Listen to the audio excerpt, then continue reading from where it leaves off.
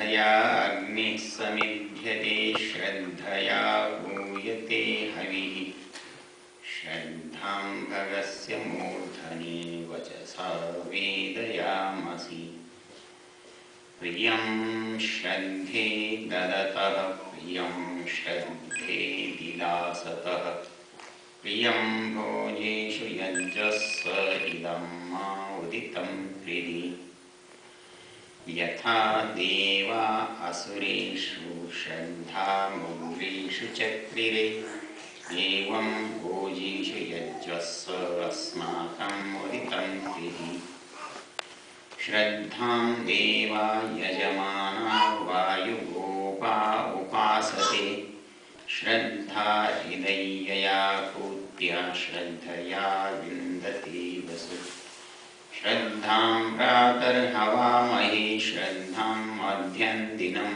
परि श्रद्धां सूर्यस्य निमृचि श्रद्धे श्रद्धापयेहन। ओम शांति शांति शांति। इस समाज के प्राणभूत आदरणीय चंदोरा जी, हमारे माननीय पंडित वेदश्विनी जी, प्रधान जी, विश्रुत जी, माताओं बंधुओं, मेरा ये सौभाग्य है कि आज आपके बीच में कुछ चर्चा करने के बहाने आने का अवसर मिला। इसके लिए मैं आपका बहुत धन्यवादी हूँ, आभार मानता हूँ। और ये चर्चा हमारी शाश्वत है। आपने आज का विषय जो रखा है, संस्कारित जीवन की बात की है। दुनिया में जीवन ही नहीं, ऐसी कौन सी चीज है जो बिना संस्कारित आपके काम आ सकती है। संस्कृत के हमारे पंडित जी बैठे हैं, एक उदाहरण पढ़ाया करते हैं। संस्कृतम सूपम, सूप कहते हैं दाल। दाल भी तब तक अच्छी नहीं लगती जब तक उसका संस्कार न किया जाए। तो संस्कार, जो कोई मनुष्य है उसका संस्कार से संबंध है। इससे कोई अंतर नहीं पड़ता वो हिंदू है, मुसलमान है, ईसाई है, मनुष्य तो है। और मनुष्य है तो उसको अंदर और बाहर सब स्थानों पर संस्कार की आवश्यकता होती है। आप स्थान का भी संस्कार करते हो, वस्त्रों का भी संस्कार करते हो, भोजन का भी संस्कार करते हो, शरीर का भी संस्कार करते हो। फिर एक को आप क्यों छोड़ दोगे? जब इतनों का संस्कार आप करते ही करते हो तो फिर एक को क्यों छोड़? और यदि आज एक को छोड़ते हैं तो और कोई झगड़ा नहीं है, या तो आप उसकी उपस्थिति से परिचित नहीं है, या आपको उससे प्रेम नहीं है। इसको आप ऐसे समझ सकते हो। आप घर में रहते हो तो इतना तो आपको पता ही होगा कि घर में कितने लोग रहते हैं। घर में बच्चे भी रहते हैं। एक पत्नी को पता होता है कि पति है, पति को पता होता है पत्नी के साथ, बच्चों के साथ पत्नी भी है, कोई और व्यक्ति माता पिता के रूप में है। तो क्या ऐसा हो सकता है कि हम किसी का ध्यान रखें और किसी का न रखें? क्या ऐसा संभव है? ऐसे ही प्रश्न मुझे शिकागो में पिछले दिनों किया, तो मैंने उनसे एक उदाहरण देकर पूछा। मैंने कहा एक बात बताओ, आप कार को झाड़ के बैठते हो कि बिना झाड़े बैठते हो? आप अपने घर में झाड़ू लगाते हो कि बिना झाड़ू लगाए बैठ जाते हो? कपड़ा प्रेस करके पहनते हो कि वैसे ही पहन लेते हो? कपड़ा धो के पहनते हो कि बिना धुलाई पहनने देते हो? आप स्नान करते हो या बिना स्नान के ही काम चल जाता है? तो कहीं पर भी बिना संस्कार के नहीं चलता, तो फिर आखिर में भी तो सोचना ही पड़ेगा ना कि कौन बच गया जिसमें बाकी रह गया।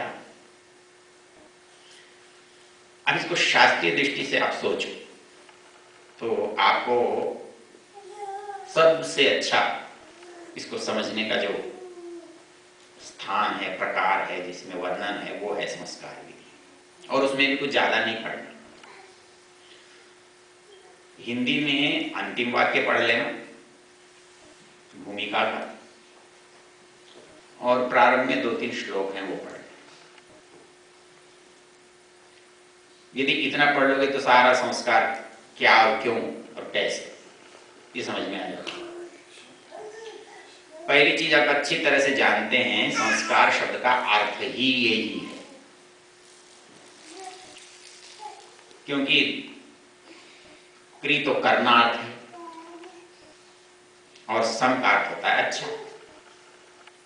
तो संस्कार का अर्थ बना कि जो कहीं कहीं भी आप अच्छा करते हो वो अच्छा करने का नाम संस्कार। बुरा तो कोई करता नहीं, बुरा सहज हो जाता है। यदि आप अच्छा नहीं करते, अच्छे का प्रयास नहीं करते, तो बुरा तो होना ही। अब ये होता क्यों है? यदि ये संस्कार की आवश्यकता यदि आप समझें तो बहुत आसान है। क्योंकि दुनिया में जिसको आप बुरा कहते हो उसके बिना आपका काम नहीं चलता।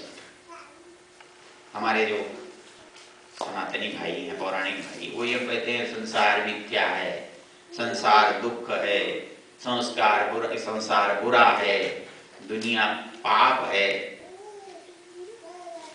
गलत है, ये उचित नहीं है। यदि ये सब बुरा होता तो संसार बनता ही क्यों और ईश्वर इसे बनाता ही क्यों? संसार की कोई भी रचना न तो व्यर्थ है न बुरी है। तो ये संसार भी परमेश्वर की रचना है और ये मनुष्य का शरीर भी परमेश्वर की रचना है। आप यदि इससे कुछ बुरा करते हैं या बुरा होता हुआ देखते हैं और आप समझते हैं कि इसमें कुछ बुराई है, तो उसका कोई कारण होना चाहिए। वो इसलिए बुरा नहीं है कि वो बनाया बुरा गया है। भगवान की रचना है, मेरी रचना में बुरा क्यों होता है? मेरी रचना में बुरा इसलिए होता है कि मेरी जानकारी कम होती है, मेरी जानकारी गलत होती है, इसलिए मेरी रचना भी बिगाड़ की होती है, मेरी रचना में कमियां होती हैं, इसलिए मेरी रचना में हर समय परिवर्तन होता रहता है। किंतु परमेश्वर की जो रचना है वो इसलिए ठीक है क्योंकि वो पूर्ण है। इसमें एक रोचक बात याद आई मुझे, वो भी आपको बता देता हूं।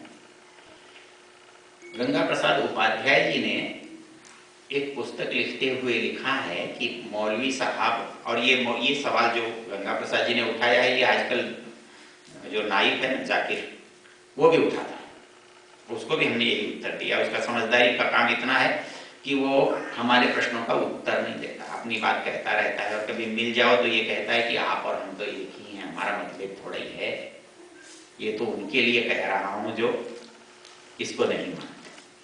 वहां इस्लाम में एक रोचक बात क्या है, वो ये कहते हैं देखो हमको इसमें कोई आपत्ति नहीं है कि वेद इल्हाम है, वेद ईश्वरीय ज्ञान है, इसमें हमें कोई आपत्ति नहीं, वेद ईश्वरीय ज्ञान है, बाइबिल भी ईश्वरीय ज्ञान है, और भी कोई ईश्वरीय ज्ञान हो सकते हैं।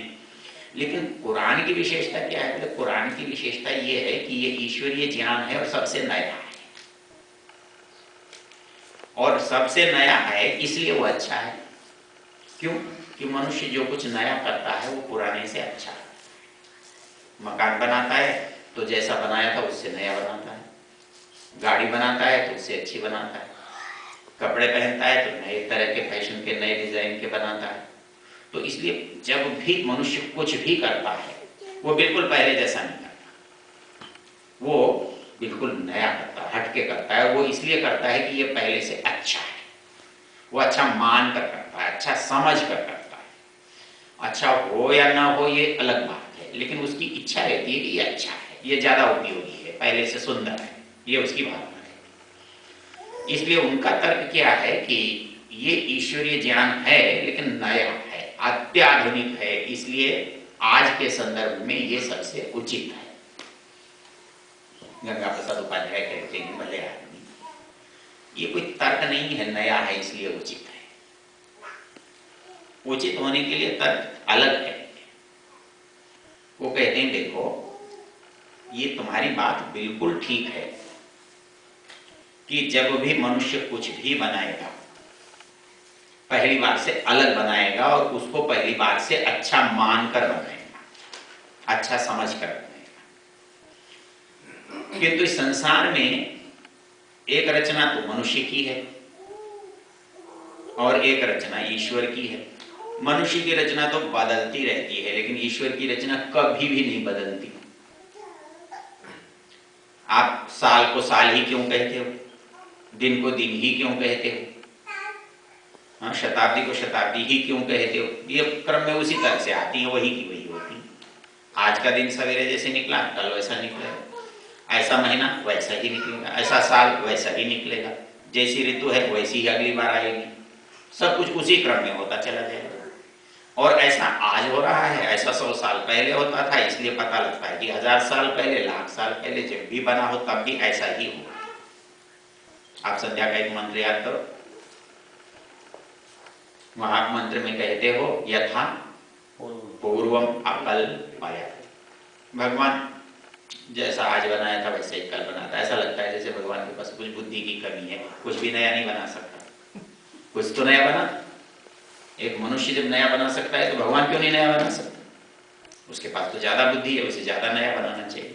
लेकिन हम ये भूल जाते हैं कि नया वो बना सकता है जिसके पास पहले था नहीं। यदि पहले था तो नया क्या बनाएगा? नया है तो पहले नहीं था, ये पक्का है। मैं कुछ भी नया बना रहा हूं तो जब मैंने पहली बार बनाया था ये विचार मेरे पास नहीं था और इसलिए मेरे पास नया आया, मैंने नया बनाया। और यदि ये विचार मेरे पास पहले से था तो नया कैसे होगा? नया हो ही नहीं सकता और मैं उसे वैसे ही काम में लूंगा जैसा मुझे पता है। तो इसका बड़ा सीधा सा उत्तर वो कहते हैं कि देखो भले लोगों, एक बात समझो, इस संसार में रचना ही दो तरह की है और ये दो तरह की रचना एक मनुष्य की है, उसको जब भी देखोगे, जहां भी देखोगे, आधी अधूरी देखोगे। और जहां भी कुछ अधूरापन है, कभी न कभी अवसर मिलेगा तो कोई ना कोई उसे पूरा कर लेता है, कुछ उसे आगे बढ़ा देता है, कुछ नया कर लेता है। आपको लगता है इसमें सुधार हो गया, इसमें कुछ बढ़ोतरी होगी, इसमें बहुत अच्छा हो। लेकिन कहते हैं कि जो ईश्वर की रचना है उसमें नयापन तो आप सदा तक अनुभव कर सकते हो, लेकिन नई होती नहीं है। आपके लिए अनुभव में नहीं हो सकती है, उसके अनुभव में कुछ भी नई नहीं है। जैसा बनाया था वैसे ही बनाता है। तो क्यों ये गलत नहीं है क्या? बोले गलत कैसे हो सकता है? आप एक प्रमाण मान लो, आपने एक शेर मान लिया, किलो मान लिया, और उसको कितनी बार नापोगे, कितनी बार तोलोगे, कितनी बार होगा? 1 किलो को 1000 बार भी तोलोगे तो कितना होगा? किलो ही होगा ना। क्यों? प्रमाण है। प्रमाण जो है वो पूर्ण होता है और पूर्ण को आप जितनी भी बार बनाओगे पूर्ण ही होगा। इसलिए आप एक मंत्र पढ़ते हो, पूर्णमद पूर्णमिदं पूर्णात् पूर्णमुदच्यते पूर्णस्य पूर्णमादाय पूर्णमेव। अच्छा, इसका उदाहरण देखो। मनुष्य जो कुछ बनाता है, कुछ भी, वो एक साथ नहीं बनाता। जैसे मान लो एक मकान आपने, ये जिशाला बनाई, ये सत्संग भवन बनाया, तो पूरा नहीं बनाया। पहले इसकी नींव खोदी, फिर इस पर दीवार खड़ी की, इस पर छत डाली, इसकी साज सज्जा की। ये इनमें से एक भी काम ऐसा नहीं है जो आप एक साथ कर सकते। लेकिन ईश्वर जो है ना, जो बनाता है ना, अधूरा बनाता ही नहीं है। आदमी पूरा करता है तो ऐसा नहीं करता कि सिर एक बार बनाएगा, पैर एक बार बनाएगा, पीठ एक बार बनाएगा, फिर नट बोल्ट लगा करके उनको कसेगा। ऐसा नहीं। गाय का बछड़ा तो गाय का बछड़ा पूरा ही पैदा होता है। मनुष्य का है तो मनुष्य का बच्चा पूरा ही पैदा होता है, उसका सिर बाद में नहीं आता है, पैर बाद में नहीं होते, पूर्ण होता है। हर जगह आप देखेंगे ईश्वर की हर रचना में पूर्णता होती है और मनुष्य की रचना में अधूरापन रहता है। अधूरापन रहता है इसलिए टुकड़ों टुकड़ों में बनता है। पूर्णता होती है इसलिए वो पूर्ण रूप में बनता है। उसके यहाँ विकास भी पूर्णता के साथ होता है। एक बच्चा बढ़ता है तो ऐसा नहीं होता कि दिमाग एक बार बढ़ेगा, पैर एक बार बढ़ेंगे, रात हाथ को बढ़ेंगे, ऐसा नहीं होता। रात में हाथ बढ़े, दिन में पैर बढ़ता है, ऐसा नहीं होता। जो कुछ बढ़ रहा है वो एक साथ बढ़ता है, पूर्णता के साथ बढ़ता है, और ये पूर्णता ही उसकी सबसे बड़ी पहचान है।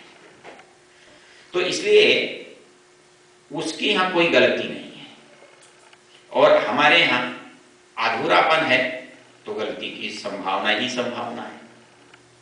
अब इसमें मूल बिंदु क्या है कि संस्कार की जरूरत क्यों पड़ती है? इसलिए पड़ती है, मैंने आपसे कहा कि घर में आदमी दो है, एक बच्चा है, एक बड़ा है, एक बीमार है, एक स्वस्थ है, हाँ, एक अज्ञानी है, एक ज्ञानवान है। तो आपको व्यवहार दोनों से करना पड़ेगा, दोनों के साथ जुड़ाव है आपका। तो इस शरीर में न तो केवल आत्मा है और न ये केवल शरीर है। जैसे आप गाड़ी में बैठे हैं तो आप भी है, गाड़ी भी है। आप यहाँ घर में बैठे हो, घर भी है, आप भी हैं। कहीं भी आपको कपड़े हैं, आप भी हैं। ऐसा तो नहीं है कि कपड़े ही कपड़े हैं या आप ही आप हैं, घर ही घर है या आप ही आप है, ऐसा तो नहीं होगा। जब आप दोनों हैं तो इसमें से किसका ख्याल नहीं करोगे? अपना नहीं करोगे कि मकान का नहीं करोगे, अपना नहीं करोगे कि कपड़े का नहीं करोगे, अपना नहीं करोगे कि गाड़ी का नहीं करोगे। कैसे नहीं? आप जब हो ही दो तो दोनों का आपको करना ही पड़ेगा। जब दोनों का ही करना पड़ेगा तो इतना आपको पक्का होना चाहिए कि आप एक नहीं हैं, आप दो।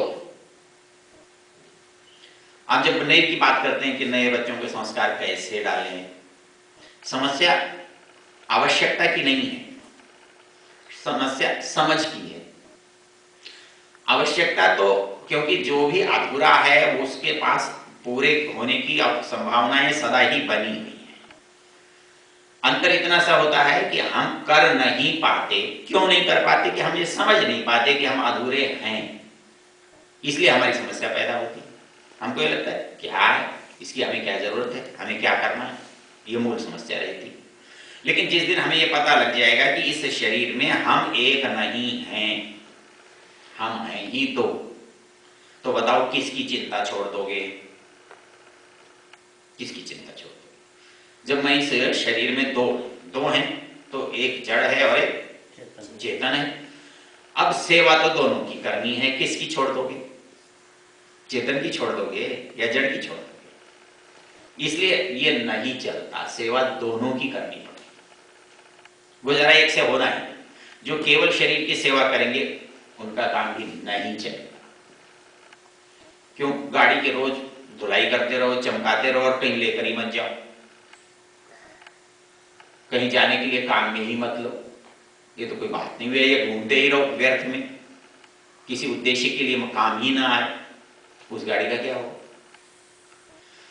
और गाड़ी को खटारा बना के रखो और पहुंचना बड़ी जगह है तो कैसे पहुंचोगे? वो भी नहीं हो सकता। इसके लिए एक सुंदर पंक्ति याद करो, आपको याद होगी। इतना अच्छा रूपक दुनिया में और कहीं नहीं मिलेगा जितना आपने वैदिक साहित्य में इस पहले में समझाया है। शरीर सबसे सुंदर रचना है। सुंदर रचना आयतरीय उपनिषद में एक बड़ी मजेदार कथा आती है। भगवान बैठाली बैठा सोचता है क्या है, खाली बैठा हूं, कुछ करना चाहिए। तो उसने कुछ हलचल की तो संसार पैदा हो गया। लोक लोकांतर उनकी गिनती नहीं कराता मैं। बोले ये भी बन गया तो क्या करूं? बोले फिर ये बनाया ही है तो इसमें कोई रहने वाला भी तो बना ले। वो भी बना दी। वो अलग पड़े हैं, घर अलग पड़ा है। वो बोलोगे भले आदमी, हमको बना दिया, अब ठिकाने तो लगा। उस प्रसंग में एक रोचक सी पंक्ति है। सब देवता बना दिए और एक पटक दिए। वो कहने लगे कि भाई रहने के लिए जगह दे। तो उसने कहा अच्छा चलो तुम्हारे लिए एक मकान बनाता हूं। तो गाम आनयत, क्या लाए? गाय। देवताओं से कहा इसमें रह लो। ना वही नो अयम अलम इति। क्या बनाया है ये, हमारे लिए ठीक नहीं, कुछ नया। अश्वमान घोड़ा ले आए, बोले इसमें रहे ना, वही नो अयम अलमिति, हमारे लिए पर्याप्त नहीं है, जमा नहीं। उसने फिर एक आदमी लाकर खड़ा कर दिया, बोले इसमें रह लो। बोले वो सुकृतम बदली थी, क्या आपका माल की चीज बनी है, हाँ ये सबसे बढ़िया है। और सारे देवता इस शरीर में यथास्थान प्रविष्ट हो गए, उसकी कहानी नहीं कहता। तो ये कहता है मनुष्य जो है परमेश्वर की सबसे श्रेष्ठ रचना है, सबसे उत्कृष्ट रचना है। और जो उत्कृष्ट, यदि आपने सबसे उत्कृष्ट का चुनाव किया है, और तो रहने वाला तो कोई निकृष्ट है भी नहीं, तो इन दोनों का संबंध है वो कैसा है। कठोपनिषद की पंक्ति याद करो, आत्मानं रथिनं विद्धि शरीरं रथमेव तु बुद्धिं तु सारथिं विद्धि मनः प्रग्रहमेव च इंद्रियाण्यहयानाहुर्विषयांस्तेषु गोचरान् आत्मेन्द्रियमनोयुक्तं भोक्तेत्याहुर्मनीषिणः। शरीर को वहां क्या कहा, रथ। रथ, आज भी रथ की कल्पना आती है तो बड़ी सुंदर सी सवारी की आती है मन में, कि राम जी रथ में गए, कृष्ण जी के रथ में थे, फलाने का रथ में। तो रथ का मतलब होता है, इसको यास्क में ने लिखा है रममाण अस्मिन याति, इसमें आनंद मनाता हुआ जाए।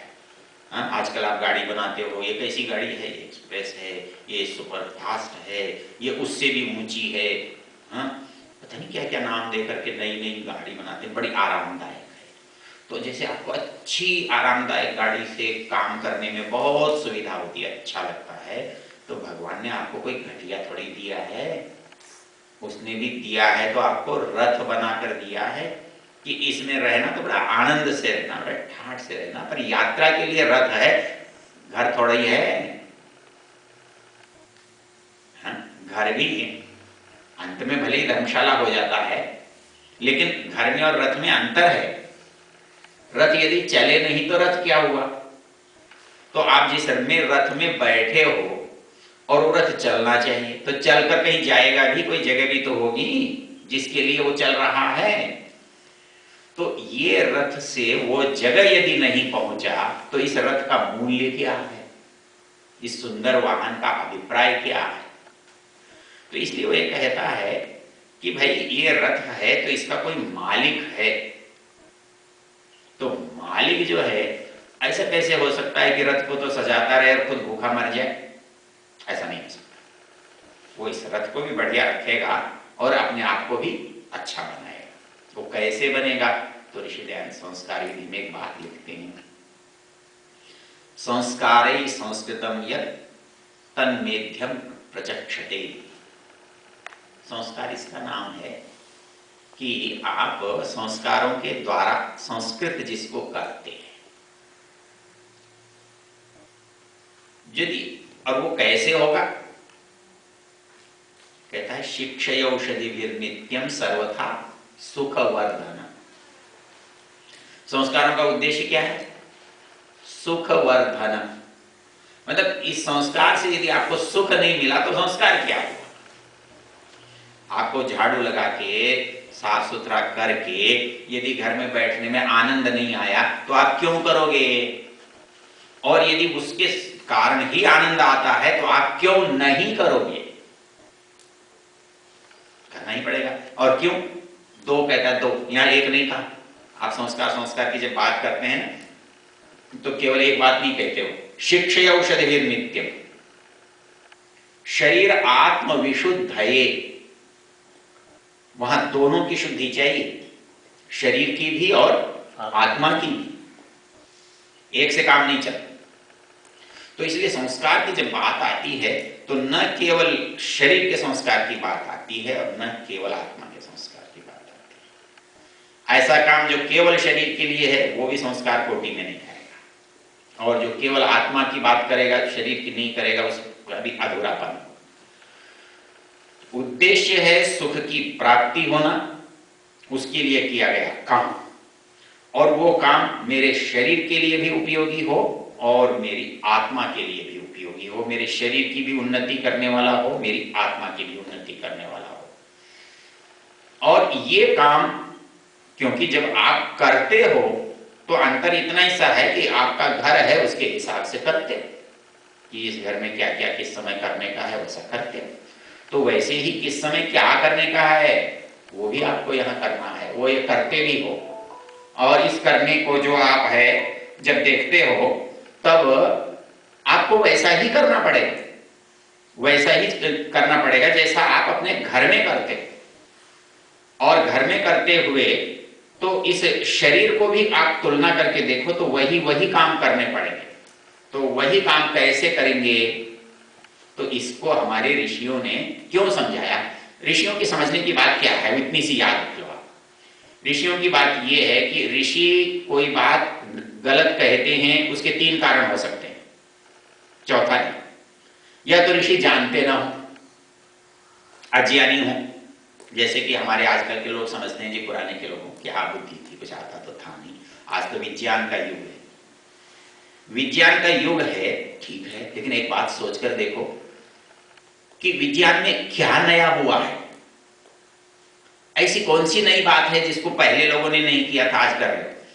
मनुष्य के साथ जो उसके संवेग हैं, जो इसको जिंदा रखते हैं, इसको जिंदा रखने के लिए मजबूर करते हैं, वो संवेग जितने पुराने थे लाख करोड़ साल पहले उतने ही आज भी हैं। उसमें कोई परिवर्तन हुआ हो तो बता दो। काम, क्रोध, लोभ, मोह, ये संवेग हैं।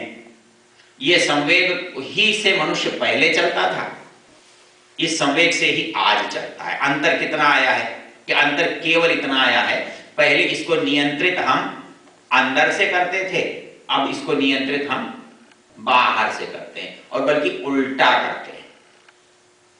आप ये देखो, आप जितने उपकरण हैं, जितने साधन हैं, जितनी वस्तुएं हैं, वो इनको नियंत्रित करने के काम में नहीं आती, इनको भड़काने के बढ़ाने के काम में आती हैं। इनको आप बढ़ा सकते हो, कितना भी बढ़ा सकते हो। और सारी वस्तुएं, सारे संसार के साधन, सारा दुनिया का व्यापार केवल इसलिए चलता है कि आप इनको भड़काते हो, बढ़ाते हो। यदि आप इनको नहीं बढ़ाओ तो ये व्यापार व्यर्थ हो जाए, कोई इसका मतलब नहीं निकले। तो मूल चीज हमको यदि ये समझ में आ जाए कि हम उतने ही पुराने हैं। आज किसको क्रोध नहीं आता, किसके साथ परेशानी नहीं होती, किसमें राग द्वेष पैदा नहीं होता, कौन झगड़ा नहीं करता, मनुष्य उतना ही पुराना है, कितना भी आधुनिक हो जाए। आज कितनी वैज्ञानिक उन्नति हो जाए कि युद्ध नहीं बंद होते, कुछ नहीं होता, एक परिवार के कलह नहीं समाप्त होते, आपस के राग द्वेष नहीं मिटते। एक बार मैं और एक मेरे मित्र मोदी जी हैं अजमेर में, हमारे मंत्री हैं सभा के, वो हम दोनों चले गए मद्रास। चले गए तो संयोग से ऐसे ही चले गए थे जैसे यहाँ आ गए थे।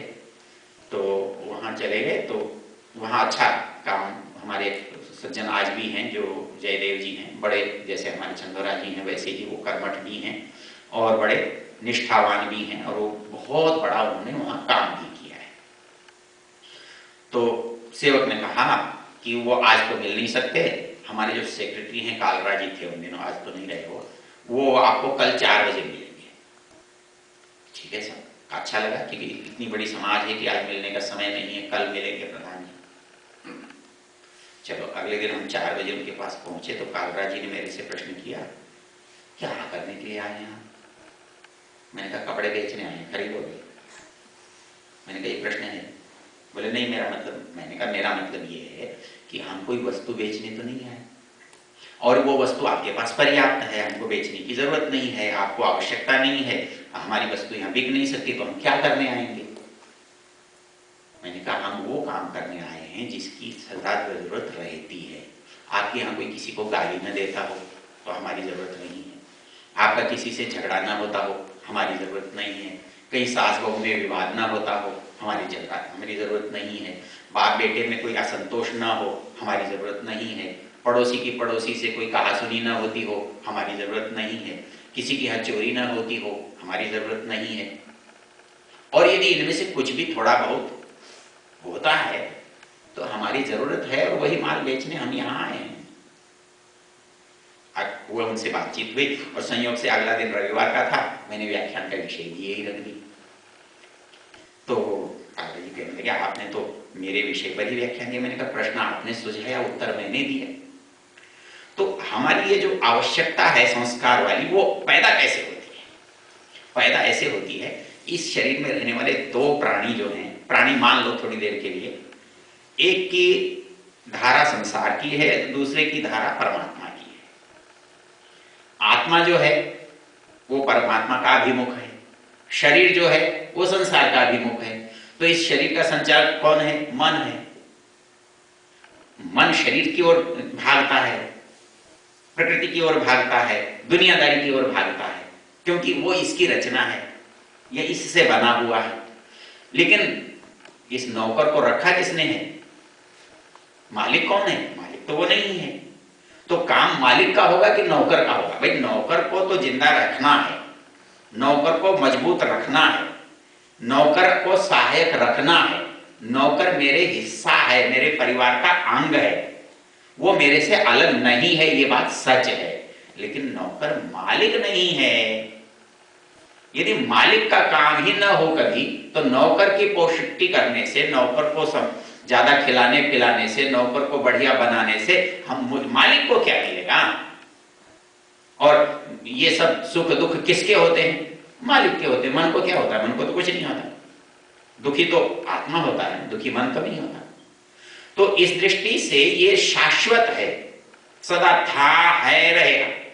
अच्छा, ये समस्याएं राग द्वेष ईर्ष्या काम क्रोध कब नहीं थी, कब नहीं होंगी? सदा रहेंगी। जब तक मनुष्य नाम की चीज है, प्राणी नाम की चीज है, चेतना नाम की चीज है, तब तक रहेगी ही रहेगी। तो इसलिए संस्कार की आवश्यकता ऐसा नहीं है कि कभी न रहे। वो तब हो सकता था जब मेरे अंदर पूर्णता होती, और पूर्णता मेरे अंदर कभी होगी नहीं। और तब तक मैं इस शरीर में रहूंगा, शरीर मेरे साथ रहेगा, तो इसमें टूट फूट होती रहेगी, कम ज्यादा बनता रहेगा, मुझे सुधारना पड़ता रहेगा, मरम्मत करती रहनी पड़ेगी। इसी का नाम तो संस्कार है। और है क्या? अच्छा, इस संस्कार के मोटा सा उदाहरण देखो। मैं पिछले दिनों कहाँ था, तो वो कहने लगे डॉक्टर साहब कि इस अमेरिका में और कोई कमी नहीं है। बोले यहाँ सब साधन है। आम अमेरिकी की समस्या क्या है? जो असली अमेरिकी है, जो अमेरिकी विचारधारा में जी रहा है, उसकी चार समस्याएं हैं। उसके माता पिता नहीं है, माता नहीं है, पिता नहीं है, गुरु नहीं है और अतिथि नहीं है। अभी हमारे विद्यार्थी हमारे साथ बैठे तो उनसे मैं यही बात कर रहा था, तो उन्होंने मेरी बात की पुष्टि की। वो कहने लगे कि जब मैं क्लास में पहली बार गया तो प्रोफेसर के सामने पैर टेबल पर रखकर यहाँ का विद्यार्थी बैठता है, उसके मन में ये बात ही नहीं आती कि ये गलत है। अच्छा, नहीं आती, वो भी भूल गया है, ये भी भूल गया है, इतने में तो कोई बात है, ठीक है। लेकिन यदि एक कल्पना करो कि एक आदमी वहां जाकर खड़ा हो जहां टेबल पर पैर रखकर छात्र बैठे हों, और वही प्रोफेसर यदि ऐसी जगह किसी जगह चला जाए कि जहां वो जाकर खड़ा हो और लोग उसके सम्मान में खड़े हो जाएं, तो अच्छा बुरा लगेगा कि नहीं लगेगा? संस्कारों का मूल्य कहां आता है? भाई मैं भी नहीं मानता, आप भी नहीं मानते, ठीक है।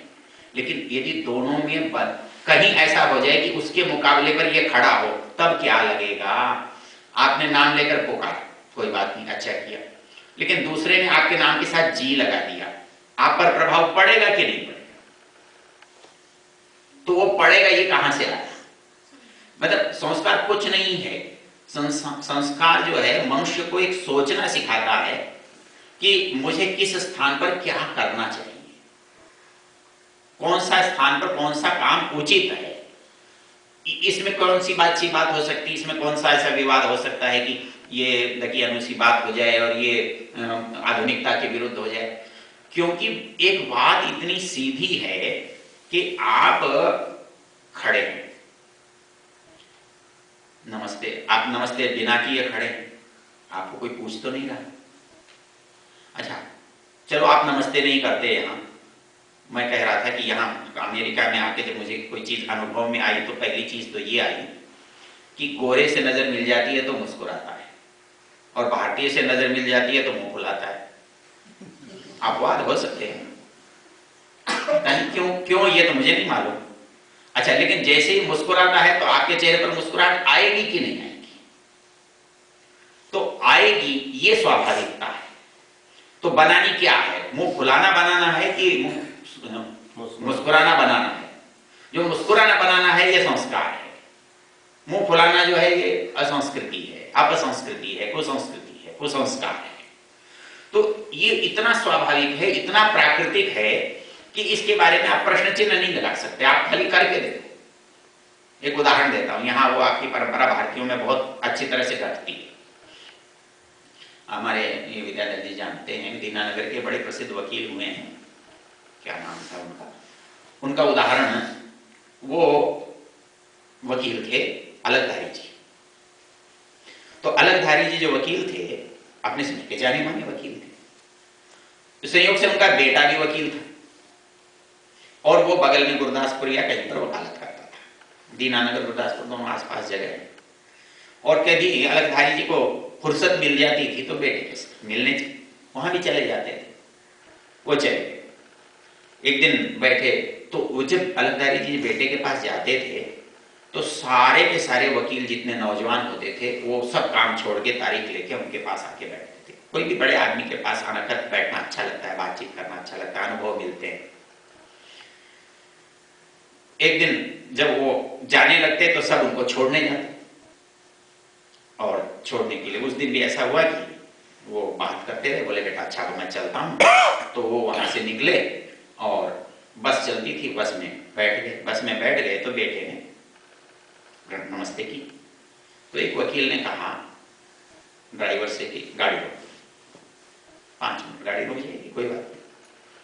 वो बोले वकील साहब एक बात बताओ, हमको सभा में हाथ जोड़ने में कष्ट होता है, लेकिन आपका बेटा भरी न्यायालय में पूरे दोपहरी में आंगन में भी हो तो सिर में पैर रखकर प्रणाम करता है,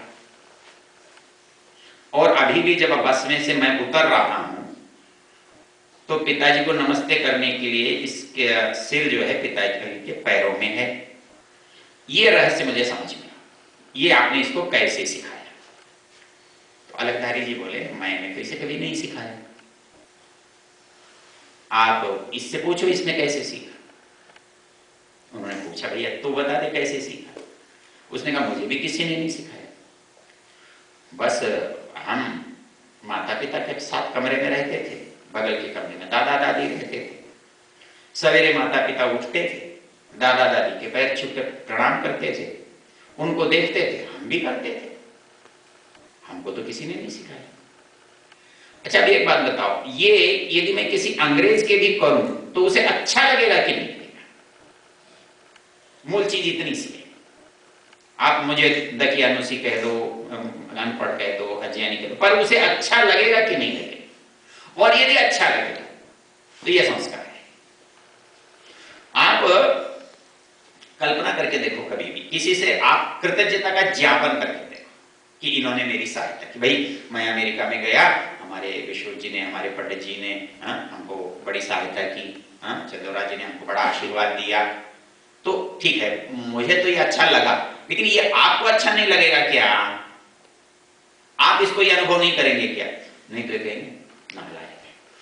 नमस्ते करना कुछ भी बड़ी बात नहीं है, मतलब इससे कुछ भी नहीं होता, लेकिन इससे ऐसा नहीं है कि जो कुछ ऐसा हो जो ना होता। दुनिया में जो किसी से नहीं होता वो इससे होता है, और वैसे इससे कुछ भी नहीं होता। आप करके देख लो इसको, इसका प्रयोग करके देखो। आपकी कितनी भी बड़ी किसी से अनबन हो, लड़ाई हो, द्वेष हो, कोई कितना भी आपसे रूठा हुआ हो, कुछ नहीं करना। आप एक बार नमस्ते तो कर दीजिए मुस्कुरा के। कितनी देर उठा रहना, कितनी देर? इसमें ताकत नहीं है कोई अपने को ज्यादा रूठा रख सके। एक बार एक व्यक्ति मेरे से कहने लगे कि नहीं मैं आपको पसंद नहीं करता और आज के बाद मैं कभी आपके घर नहीं आऊंगा और कभी मैं आपसे नहीं मिलूंगा। तो कोई बात नहीं, ये आपका निर्णय, मेरा नहीं। आप ऐसा करें, आपका अधिकार है, आप ऐसा कर सकते। एक दिन मैं उस संयोग से उस गांव में गया तो दरवाजे पर मैंने कहा, भाई साहब नमस्ते। कहिए तो, आ जाओ अंदर। आ रहे भाई साहब, कैसी बात करते हो, ऐसा भी कहीं होता है? हाँ। तो संस्कार किस लिए चाहिए? भाई जहां बिगाड़ होता हो वो बिगाड़ होने से बच जाए, बिगाड़ की नौबत ना। आज झगड़ा कितना सा है, बाप बेटे के बीच का झगड़ा है, सास बहू के बीच का झगड़ा है, और भाई भाइयों के बीच का झगड़ा। संपत्ति, वस्तु, ये तो छोटी चीज है। बड़ी चीज है सम्मान। तो ये जो मैं तो एक पूरा इस पर विश्लेषण मैंने करके देखा है, और इस पर जब मैं कभी चर्चा करता हूं तो लंबी करता हूं। हमारे यहाँ सारा जो संस्कार है ना, शरीर और आत्मा की शुद्धि के लिए तो है ही, लेकिन एक बात अच्छी तरह से समझ लेना कि इसमें जिसको आप शिष्टाचार कहते हो ना, ये शिष्टाचार कुछ भी नहीं है सिवाय इसके कि आप दूसरे के अहंकार की संतुष्टि करते हैं। करके देख लो, आप नमस्ते करते हो, दूसरा का क्या वजन बढ़ता है? लेकिन बढ़ता है। 20 आदमियों के बीच में आपने एक आदमी को नमस्ते की तो वो आदमी 20 को देखता है तुम्हारे में कोई ऐसा? नहीं। ये जो चीज है ये मनोविज्ञान है, ये अहंकार, जिसको आप, वैसे तो अहंकार बुरा होता है, लेकिन अहंकार तो मेरा अस्तित्व है, ये क्यों भूल जाते हो आप? और शिष्टाचार में कुछ नहीं करता, मैं उसके अस्तित्व को स्वीकार करता हूं, मैं उसको मंजूरी देता हूं। जब आप किसी की तरफ देखते नहीं है तो और कुछ नहीं करते, आप उसके होने से इनकार करते हो। आपको ये मंजूर नहीं है कि कोई दूसरा है, और जब किसी के अस्तित्व से आप इनकार करते हो तो आपको कोई प्रसन्नता नहीं देने वाला वो। आप किसी के होने से इनकार कर दें, अस्तित्व से इनकार कर दें तो वो खुश हो जाएगा क्या? तो आप शिष्टाचार के नाम पर जो कुछ हम सवेरे से शाम तक करते हैं और पूरे जीवन करते हैं, कभी इसका मूल्यांकन करना।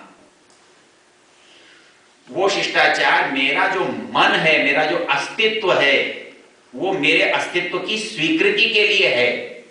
यदि मैं किसी के अस्तित्व को स्वीकार करता हूं तो अगला भी मेरे अस्तित्व को स्वीकार करता है, और ये दोनों जब एक दूसरे के अस्तित्व को स्वीकार करते हैं तो हमारे बीच में तनाव का वातावरण नहीं रह सकता, द्वेष का वातावरण नहीं रह सकता। मतलब मैं कभी कभी कहा करता हूं, मैंने कहा भले लोगों, किसी आदमी को खुश करने के लिए कई बार बहुत पापड़ बेलने पड़ते हैं, घर में ही लड़ाई हो जाए पति पत्नी में, पति सोचता है क्या लाकर दूं ये खुश हो जाए। अरे यार कुछ भी लाकर देने की जरूरत नहीं है, क्यों बेकार पैसे खर्च करता है? एक बार यूं कह देना, देखो तुम कितनी अच्छी लग रही हो। तुमने जो पुरानी साड़ी थी ना पहनी थी उसमें बहुत अच्छी लग रही थी, तो वो नई साड़ी मांगनी भूल जाएगी, पुरानी साड़ी कितनी भी खराब क्यों ना हो। क्यों? कि तुमने उसको प्रशंसा की दृष्टि से देखा है, तो मूल्य प्रशंसा की दृष्टि का है, वस्तु का नहीं है। इसलिए हम जब संस्कार किसी को देते हैं ना, तो संस्कार में हम अपने को इतना तरल कर लेते हैं, इतना सहज कर लेते हैं, कोई चीज हमको रुकावट नहीं डालती, अहंकार हमारी बाधा नहीं बनता, और दूसरे के अहंकार को तुष्ट करने में हमें कठिनाई नहीं होती। आप यदि थोड़ा सा भी सहज हो जाएंगे तो कोई कठिनाई नहीं होती। कठिनाई कब होती? रास्ता कब खराब होता है? या तो नीचे गड्ढा हो या कोई ऊपर उठा हुआ, वही कष्ट होता है। सीधी सीधी आप जैसी सड़क हो तो हमें चलने में कोई कठिनाई नहीं होती। हमारे घर में आके देखो, वहां सड़क में 17 बार आपको ऊपर नीचे होना पड़ता है। तो क्यों? सहजता नहीं रहती। और हम जब संस्कारों की बात करते हैं तो मनुष्य को सहज बनाते हैं। एक बात कह के, आपका शायद समझ ज्यादा नहीं मुझे है ना, नहीं? तो इशारा करते हैं। तो आपको एक बात बताऊं कि जिस चीज को आप करते हो उसका प्रभाव कैसा रहता है। एक इंग्लैंड में एक सज्जन रहते थे, अनवर शेख, अभी उनका देहांत था। उनके बारे में लंबी चर्चा तो किसी मौके पर अलग कर सकता हूं, लेकिन उन्होंने मोहम्मद के मनोवैज्ञानिक होने पर बात नहीं की है। वो कहते हैं कि दुनिया में आप किसी को जबरदस्ती कैद कर सकते हो, कितने दिन रखोगे, बांध कर कितने दिन रखोगे? आदमी को रखोगे, आदमी की संतान को रखोगे, शताब्दी तक रखोगे, लेकिन यदि उसके मन में ये अनुभूति है कि ये मुझे कैद किए हुए है, तो आप उसे नहीं रख सकते। 1000 साल बाद भी आपको उसे छोड़ना पड़ेगा। लेकिन मोहम्मद साहब इतना समझदार व्यक्ति है दुनिया का कि वो बिना जंजीर के कैद करता है। क्यों? उसने कह रखा है कि दिन में 5 बार मेरा माथा टेक दिया। अब एक बात सोच के देखो, जिसके सामने दिन में आप 5 बार माथा रगड़ते हो, उसके विरोध में जाने की आप सोचते हो? सोच सकते हो? आप जिसके चरणों में झुकते हो, जिसको नमस्ते करते हो, जिसके पैर छूते हो, आप उसका अनादर कर सकते हो? तो वो कहता है नमाज पढ़ो, हम कहते हैं पैर छू के प्रणाम करो। अंतर क्या है? अंतर क्या है? आपको आश्चर्य होगा कि नमस्ते करने का जितना मनोवैज्ञानिक रूप हमारी इस भारतीय संस्कृति में है, इतना और कहीं नहीं है। वहां खाली नमस्ते करने भर से नमस्ते नहीं चलती।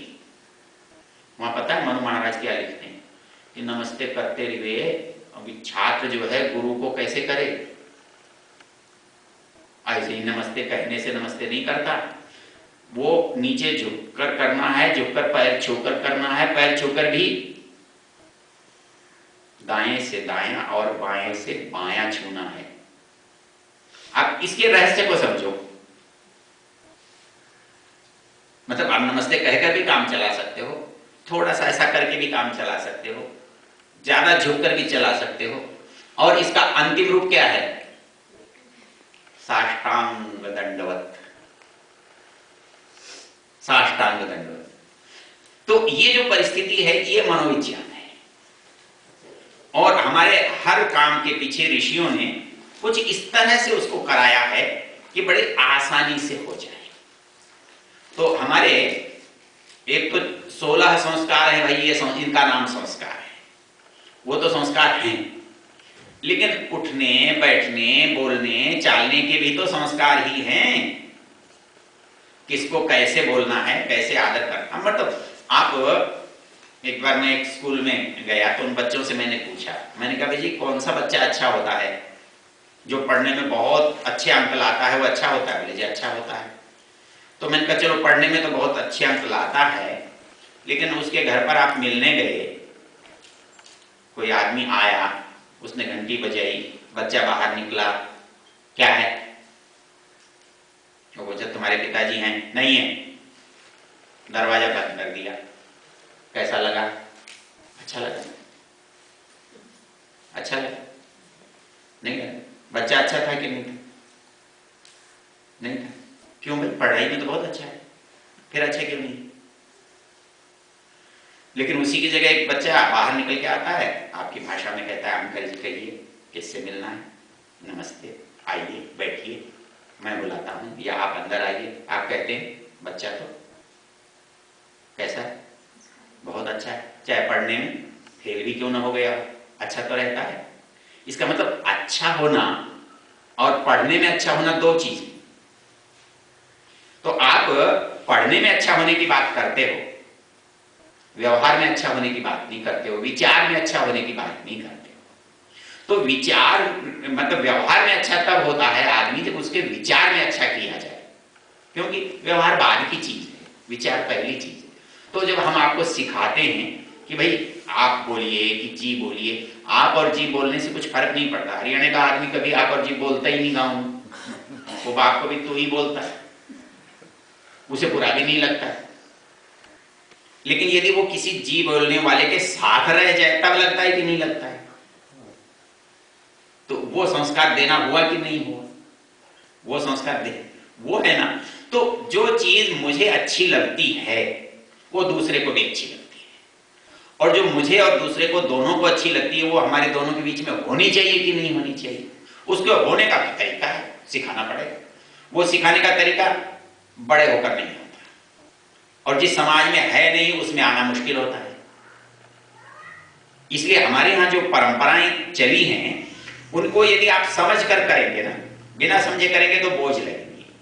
लेकिन यदि उसके पीछे का मनोविज्ञान आपकी समझ में आ जाए तो निश्चित रूप से करना बहुत आसान है। हम क्या समझते हैं, हमारे बच्चे ऐसा नहीं करते। ऐसा नहीं है, हमारे बच्चे ऐसा होते हुए देखते नहीं है। हमारे बच्चों को ऐसा करने के लिए कोई कभी कहता नहीं है। हमारे बच्चे मूर्ख नहीं है, हमसे ज्यादा बुद्धिमान है, हमसे ज्यादा समझदार है।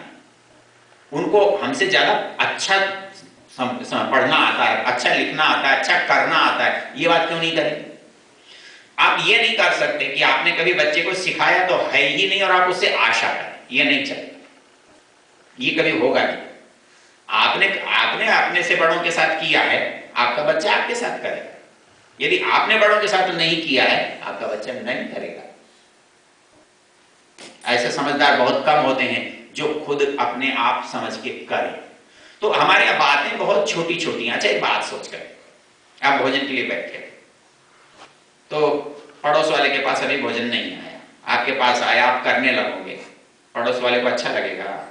क्यों? उसकी थाली में से थोड़े खाया है, उसकी थाली में से तो नहीं खाया, उसको तो मिल रहा है।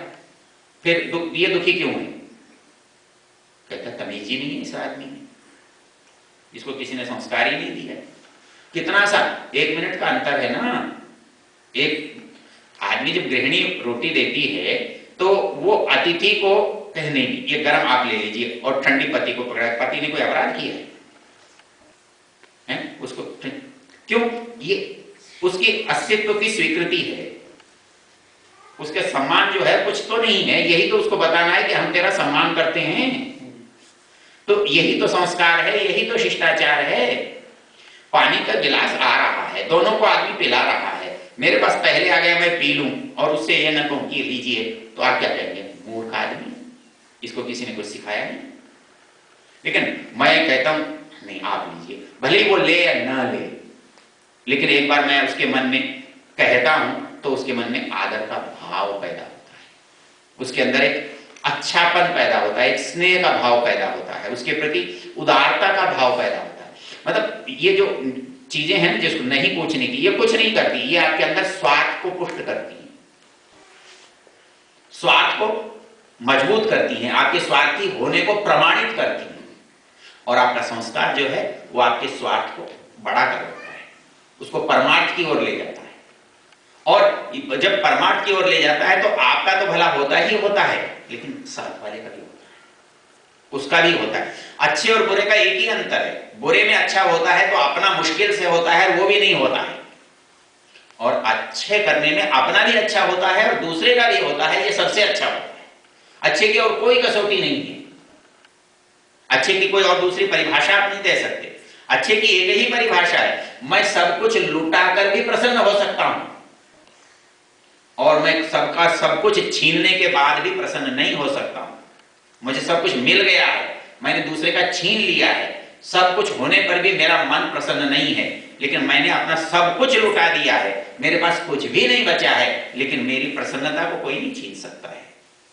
तो अच्छे की कसौटी इतनी ही है, यदि संस्कार देना अच्छी चीज है तो इस कसौटी पर कस लीजिए, और यदि आपको लगता है कि ये ठीक है देना चाहिए तो देना चाहिए। उसमें न तो ऐसी चीज कोई नई है जिसे आप ये कहें कि ये संस्कार में कोई नई चीज क्या दें, ऐसा कुछ भी नहीं है। हम देते आ रहे हैं, क्या देना चाहिए वो जो चीज है वो हमको पता है, केवल क्रियात्मक रूप देने की जरूरत है, और इसका एक थोड़ा सा समय होता है, और वो समय दोनों तरह से होता है। एक तो बचपन में जो कुछ आप दे सकते हैं, बता सकते हैं, सिखा सकते हैं, वो उसका समय होता है।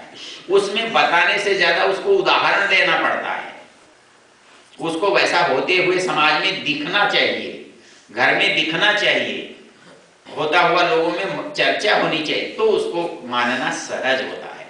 वो उसके बिना नहीं सहज होता, क्योंकि जितने दुर्व्यसन हैं, यदि आदमी जितना अधिक शिष्ट होगा उतना अच्छा होगा, जितना अच्छा होगा वो निर्व्यसनी भी होगा।